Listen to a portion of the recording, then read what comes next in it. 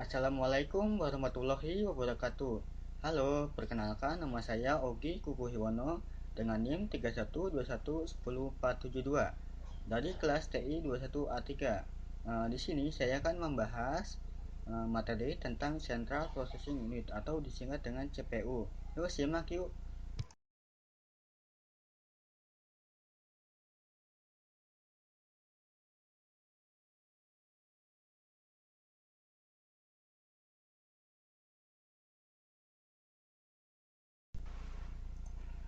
Baik, yang pertama ada pengertian CPU. CPU kepanjangan adalah Central Processing Unit. CPU bertanggung jawab untuk melakukan semua dari perhitungan matematika yang diperlukan oleh komputer agar dapat berfungsi dengan baik. Dikarenakan komputer tidak dapat berfungsi tanpa CPU, tidak jarang terdengar orang merujuk ke CPU sebagai otak dari sebuah komputer. Jadi, CPU adalah otak dari komputer. Kadang-kadang disebut hanya sebagai prosesor pusat, tetapi lebih lazim disebut prosesor. CPU adalah tempat yang paling perhitungan berlangsung dalam hal daya komputasi. CPU adalah elemen yang paling penting dari sebuah sistem yang di komputer. Di dalam CPU sendiri terdapat 4 tahap operasi, yaitu fetch, decode, execute, dan store. Yang materi kedua ada fungsi CPU. Fungsi utama CPU adalah menjalankan program-program yang disimpan di memori utama. Hal ini dilakukan dengan cara mengambil instruksi-instruksi dari memori utama dan mengeksekusinya satu persatu sesuai dengan alur perintah. Pekerjaan ini dilakukan dalam dua tahapan, yaitu membaca instruksi, fetch, dan melaksanakan instruksi tersebut, execute. Proses membaca dan melaksanakan ini dilakukan berulang-ulang sampai semua instruksi yang terdapat di memori utama dijalankan atau komputer dimatikan. Proses ini dikenal juga sebagai siklus fetch eksekusi. Siklus eksekusi diawali setiap siklus. CPU akan membaca dari memori utama. Sebuah register yang disebut program komputer PC akan mengawasi dan menghitung instruksi selanjutnya. Ketika CPU membaca sebuah instruksi, program komputer akan menambah satu hitungannya. Lalu instruksi-instruksi yang dibaca tersebut akan dimuat dalam satu register yang disebut register instruksi atau IR, dan akhirnya CPU akan melakukan interpretasi terhadap instruksi yang disimpan dalam bentuk kode binari dan melakukan aksi yang sesuai dengan instruksi tersebut. Materi ketiga ada cara kerja CPU. Bagaimana sih cara kerja CPU? Yang pertama ada saat data atau instruksi dimasukkan ke processing device. Pertama kali diletakkan di RAM, lalu input storage. Yang kedua, apabila berbentuk instruksi ditampung oleh control unit di program storage, namun apabila berbentuk data ditampung di working storage. Yang ketiga, jika register siap untuk menerima pengerjaan eksekusi, maka control unit akan mengambil instruksi dari program storage untuk ditambungkan ke instruction register.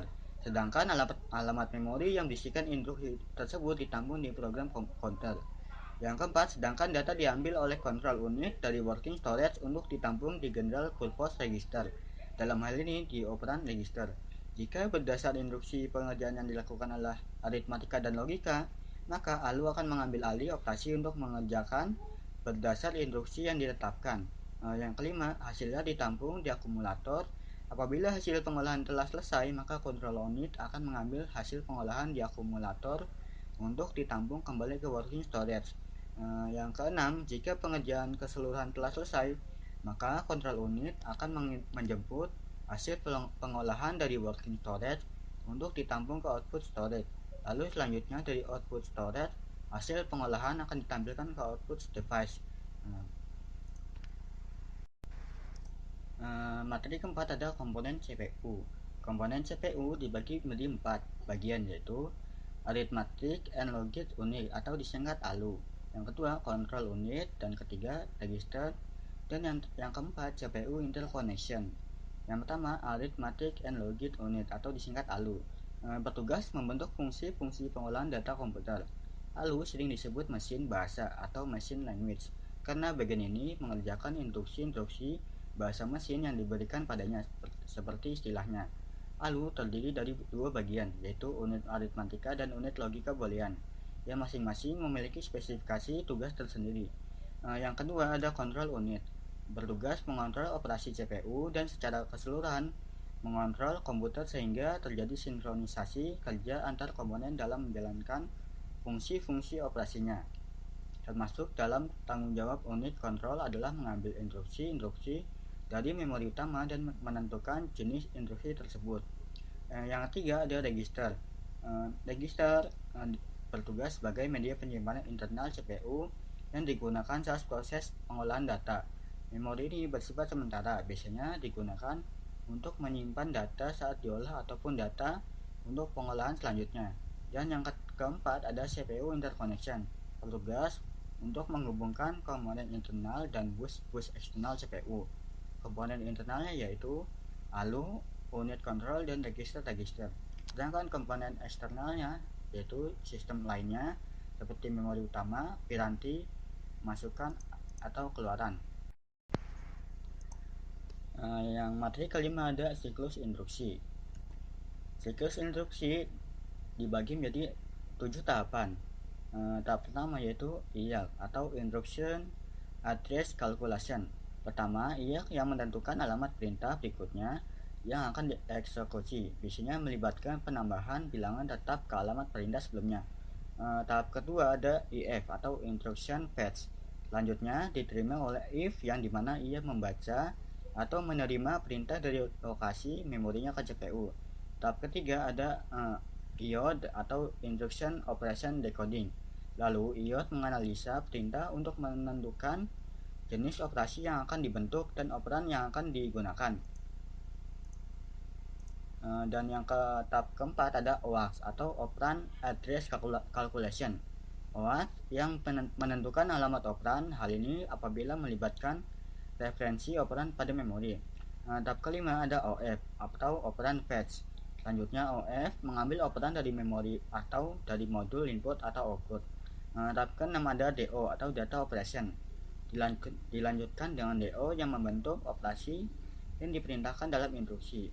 Di sini setelah DO melakukan tugasnya, dilanjutkan oleh OWASP yang membentuk operan kembali. Tahap ketujuh ada OS atau Operand Stone. OS menyimpan hasil eksekusi ke dalam memori. OS melanjutkan ke instruksi selanjutnya yang dimana kembali lagi ke IAC dan seperti itulah siklus instruksi CPU terjadi.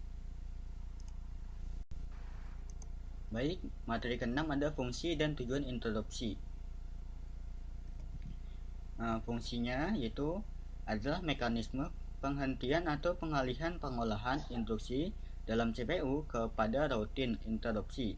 Hampir semua modul memori dan I/O memiliki mekanisme yang dapat menginterupsi kerja CPU.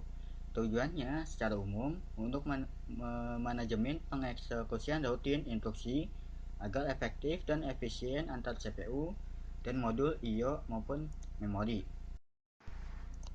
Materi ketujuh ada jenis sinyal interupsi. Jenis sinyal interupsi dibagi menjadi 4 bagian, yaitu program, timer, I/O, dan hardware failure. Yang pertama program. Program yaitu interupsi yang dibangkitkan dengan beberapa kondisi yang terjadi pada hasil eksekusi program. Contohnya aritmatika overflow, pembagian nol, operasi ilegal. Yang kedua ada timer. Timer adalah interupsi yang dibangkitkan pewaktuan dalam prosesor. Sinyal ini memungkinkan sistem operasi menjalankan fungsi tertentu secara reguler. Yang ketiga ada I/O. I/O sinyal interupsi yang dibangkitkan oleh modul I/O. Sehubungan pemberitahuan kondisi error dan penyelesaian suatu operasi. Dan yang terakhir ada hardware failure. Adalah interupsi yang dibangkitkan oleh kegagalan daya atau kesalahan paritas memori. Jadi kesimpulannya ialah CPU kepanjangannya adalah Central Processing Unit. CPU bertanggung jawab untuk melakukan semua dari perhitungan matematika yang diperlukan oleh komputer agar dapat berfungsi dengan baik. Dikarenakan komputer tidak dapat berfungsi tanpa CPU, tidak jarang terdengar orang menuduh ke CPU sebagai otak dari sebuah komputer. Di dalam CPU berlangsung berbagai macam proses yang berawal dari sebuah inputan dan oleh CPU akan diproses menjadi sebuah informasi yang kita inginkan. Baik, cukup sekian pembahasan materi tentang CPU. Selebihnya mohon dimaafkan apabila ada kesalahan dalam pengucapan kata. Semoga materi yang saya sampaikan ada manfaatnya. Wabillahi taufiq walhidayah. Wassalamualaikum warahmatullahi wabarakatuh.